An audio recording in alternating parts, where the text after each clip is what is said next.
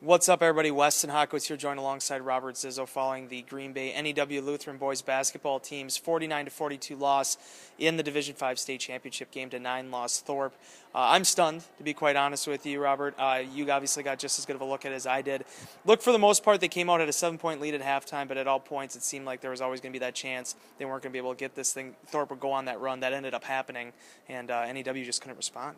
Yeah, Thorp wasn't hitting any free throws in the first half. They had some foul trouble. You felt it seemed you were verbalizing that you felt something was going to happen here because Thorp could go on a run, which they did when they got their leading scorer back in the game in the second half, and he hit two big three-point shots.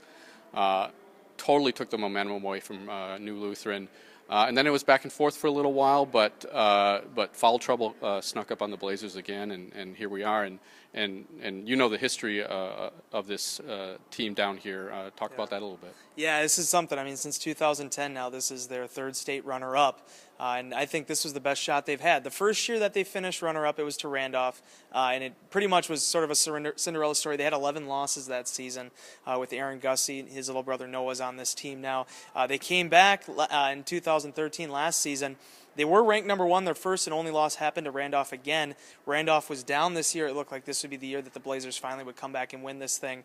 And to be quite honest with you, I came into this, I was asked earlier, what my impression was, what my thoughts were. I thought this was the year for them. I thought Nathan Tonjes in the middle at 6'7". You also had Noah Gussie stepping up as kind of the scrapper, the rebounder of the group, as he alluded to. And Dakota Zinzer, who's going to be playing at UW-Whitewater, phenomenal athlete, but the three-pointers wouldn't fall. They finished 0 for 12 in that category.